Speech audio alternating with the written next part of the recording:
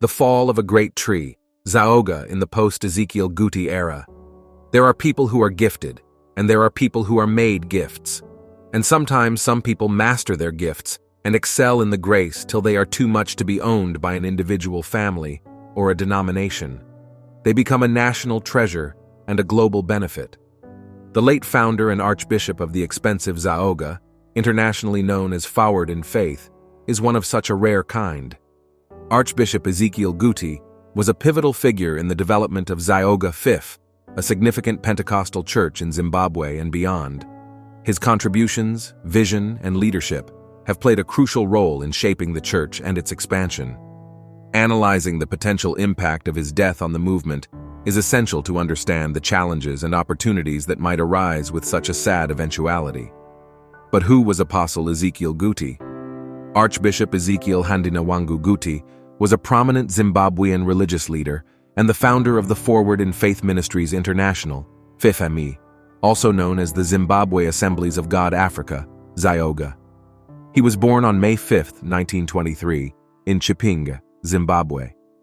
Ezekiel Guti was born into a Christian family, and his parents were devout members of the Assemblies of God Church. From a young age, he showed a keen interest in Christianity and had a deep desire to know God more intimately. Despite facing various challenges and hardships, Ezekiel Guti remained steadfast in his faith and dedicated himself to prayer and studying the Bible. In 1958, Ezekiel Guti claimed to have received a divine calling from God, instructing him to establish a church in Zimbabwe that would be an apostolic ministry with a strong emphasis on spiritual gifts and the supernatural. This marked the beginning of his ministry journey. In 1960, Ezekiel Guti and his wife Eunor Guti founded the Zimbabwe Assemblies of God Africa, Zaoga, in Bindura, Zimbabwe. The church initially faced many challenges, but through fervent prayer and unwavering faith, it began to grow steadily.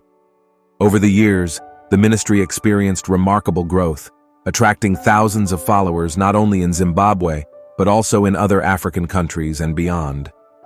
FIFME Zaoga became known for its emphasis on evangelism, faith, prayer, and the manifestation of spiritual gifts, which drew people seeking a deeper spiritual experience.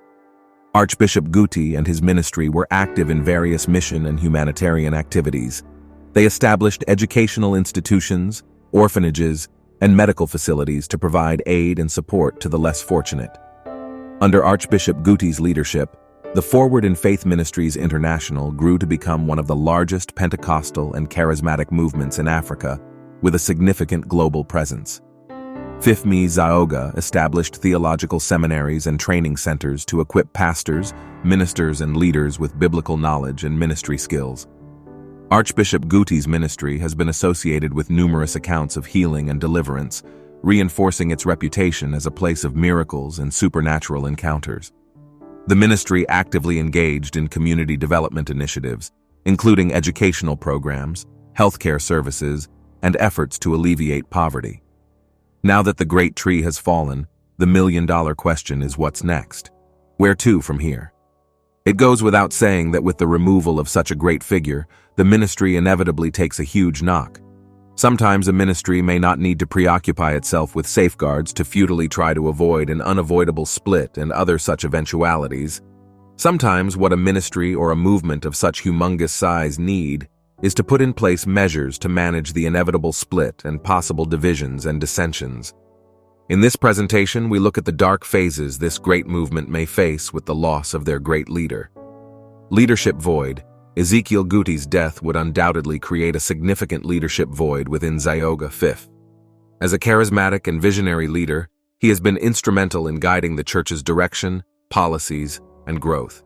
His idiosyncratic spiritual influence and personal touch in managing the organization might be challenging or maybe impossible to replicate, leaving the church with an impossible mandate of searching for a successor capable of maintaining the same or similar level of inspiration and guidance if he was not already appointed.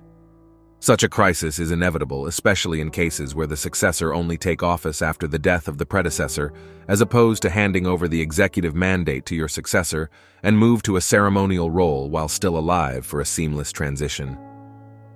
Doctrinal and organizational stability.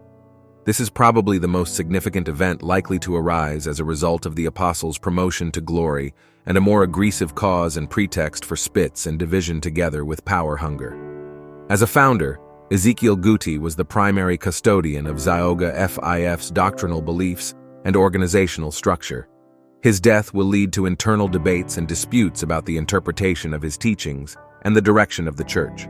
This could result in factions or power struggles among key leaders, which might have implications for the stability and coherence of the movement. Global expansion. Zaoga FIF has expanded beyond Zimbabwe to other African countries and even further afield. Ezekiel Guti's influence has been crucial in nurturing and overseeing this growth. His death may impact the church's ability to maintain cohesive leadership and consistent messaging across the diverse regions where it operates. It could potentially slow down the rate of expansion and lead to varying degrees of adaptation to local cultures and practices. Impact on membership. Ezekiel Guti's personal charisma and spiritual authority have likely contributed to the church's attraction and retention of members. His death could result in a decline in membership, especially among those who were particularly drawn to his leadership.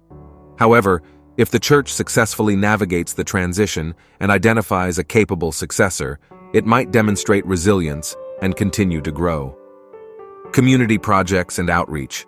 Zaoga FIF has been actively engaged in various community development projects and outreach efforts under Ezekiel Guti's guidance. His passing may raise questions about the continuation of these initiatives and how they will be managed in the future. The church may need to reevaluate its priorities and strategies to ensure these essential activities continue effectively. In conclusion, the impact of Archbishop Ezekiel Guti's death on Zaoga FIF will be substantial, given his accomplishments and influence as the founder and leader of the church. The organization will face challenges in identifying a suitable successor, maintaining doctrinal coherence, and managing global expansion.